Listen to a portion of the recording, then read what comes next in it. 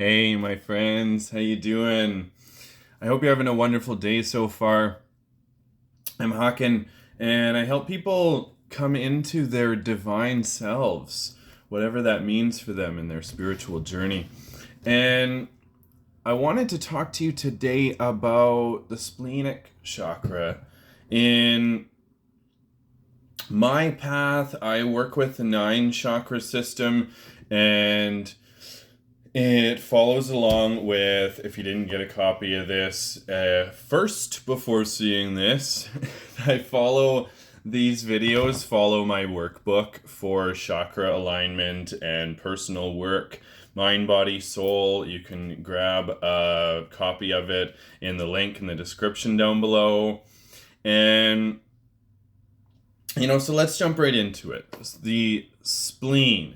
If we understand how the chakras lay out in the body, the root is more centered in the feet and the legs, and as we go up the tree of the body, the splenic chakra resides in the spleen, and if we think about the body parts that are veils, are energy centers, are centered around, and I use the words chakra and veil interchangeably because veil is Old Norse for spinning wheel of energy in the body, which is what chakras are.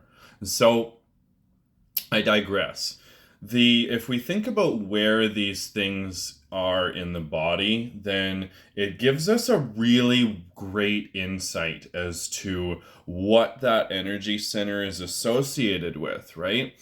And if we look at the spleen, it controls the lymphatic system, which is the immune system and our body's ability to heal itself. So when we're connecting to the spleen as through chakra alignment, as chakra work, as personal work, it's good to understand that because the spleen in its healing capacity is associated with not just your body's ability to heal itself, but your ability to heal yourself. So the spleen's associations are heavily to do with healing one's personal journey, starting your personal journey and beginning your dark night of the soul, really realizing that you do not resonate with this life that you have been living, and it's time to take the personal journey. It's time to begin your healing journey. And so you're being called to start to look at your shadows and at your traumas and the things and the baggages that you've carried with you for years, and you just didn't know how to start to unpack. And that's why my workbook is really good, because it works through all the different aspects of chakra alignment, but not just in a very fluffy way of saying, oh, connect to like these colors and binaural beats, but very in-depth chakra work, shadow work, and inner work. We're connecting with inner child, letting go of attachments, and really getting deep in touch with ourselves. And so the spleen is the beginning of your personal healing journey. It's associated with well-being, letting go of ego and natural fears around stepping outside of your comfort zone. Its color is a kind of light peachy color, so much like how, say, we see throat and third eye. They're both blue, but throat is a light blue and third eye is a dark blue. Spleen is like a peachy light orange, and then sacral is this rich or orange, right? And if we look at imbalances, the first thing you want to look at is this feeling of spiritual depression. And these are, it's important to be aware of the physical symptoms that we could be feeling when we're out of alignment in one of these areas, in any of our chakras, because your body will tell you when you're out of alignment or when you need to work on a certain area. And in this case, this is about the healing journey. And it's about realizing that you have experienced this cognitive dissonant switch where all of a sudden you're not resonating with the life that you've been living anymore. You're feeling disconnected from the job that you've always been, or the friends that you've had, or you're being drawn to make new friends and find your soul tribe. But before that, sometimes it just looks like being depressed. It can feel like just this dark weight is on you, like you feel this cloud hanging over you all the time. And what's important, what I want to remind you of, is that that's okay. It's normal to feel that way. It's normal to go through those symptoms, because it's your soul switching on and telling your body, it's like higher self talking to lower self, baby, going, okay, it's time to make the switch. It's time to live the life you came here to live. Your soul signed up for. And so when we go through the initial spiritual awakening, sometimes then we go through that short period of spiritual depression, or what is referred to as the dark night of the soul, which is this period that it feels like a dark shadow period, like you're working through your dark tunnel, the lights at the end of the tunnel, but you don't know when you're going to get there. And at the same time, the period of the dark night will continue to last for however long your shadow work will last for. I mean, the process of healing and shadow work is continuous, and it never stops, but it goes in circles, right? And we'll have times in life where we come back to it, and we come back around the healing circle, and you come back through the tunnel. But know that feeling of spiritual depression is often at the very beginning of the spiritual journey, when you feel very disconnected from the life that you have been living and searching for something greater and something bigger.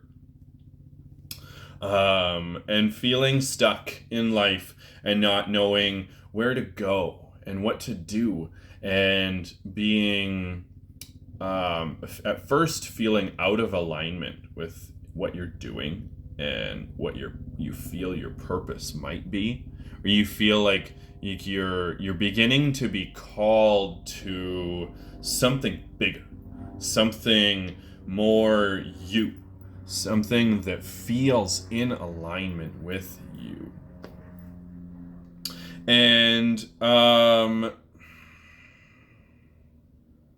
the spleen is also associated with our relationships and attachment styles, timeliness as well. It's part of the gut brain and the gut intuition. I'll speak more on gut intuition and primal intuition in solar plex. That's that more like, hands tingling, hairs sticking up on the back, on your arms and the back of your neck, your body talking to you, telling you, like, this is for me. But the splenic intuition is more of a timeliness. It's being on time for things and surrendering and knowing that everything happens for a reason and everything happens as it's supposed to. But also in tandem with that, looking at every decision like you have a 5 or 10-second timer on everything. Mel Brooks talks about this a lot, and I love how she explains the concept of giving yourself a 5-second window before your brain basically takes the fuck off option and takes, when you think about doing something, when you think about, say, the fact that you got off work early and you might have time to go to the gym before you would have gone home and started supper and dealt with the kids or whatever your nighttime routine looks like, and you think to yourself, oh, I could have time to go for a run or go to the gym or something. And then you have 5 to 10 seconds before your thinking brain takes over and goes, nah, maybe I'll just like go home and put a load of laundry in. But if you did exactly what that thought of your higher self was trying to place and plant in you and trying to steer you in the right direction from your gut intuition, then you would be really just acting with your gut. People with an open spleen don't second guess things. That's what I'm trying to say. People with an open spleen who act on that splenic intuition just do the thing. They don't think about it. They don't dwell on it for 30 seconds to minutes on end, weighing out all the options. They just do it. And especially if you give yourself that 5 to 10 second window, and that's it. When something comes up, just tell yourself, like, count down like you're at NASA. Just count down like 5, 4, 3, 2, 1, go. Do it. And it's really even crucial for the littlest things like getting out of bed. Instead of hitting snooze, instead of staying in bed and lingering, just when the alarm goes off, think about it like you're at frickin' NASA. 5, 4, 3, 2, 1, get out of bed. Go. And when you start acting like that, you'll find yourself really being in flow. And that's it. That's the other component, because sacral is also, listen to that slip. Spleen is just like sacral in the aspect that it's connected to the element of water. Those two spheres are connected to water. And if we treat it as such, and we let our intuitions flow through us and just act with that gut brain action, then it will really, really just let you be in the flow of doing things as you're meant to do them, instead of second guessing them or, getting in your head about it. So come out of your head, into your heart, into your gut, and just do what your body wants you to do, not what your mind and your ego will try to convince you not to do. And so I hope this was everything that... That's all I got to say about spleen for now, anyway, as I should say.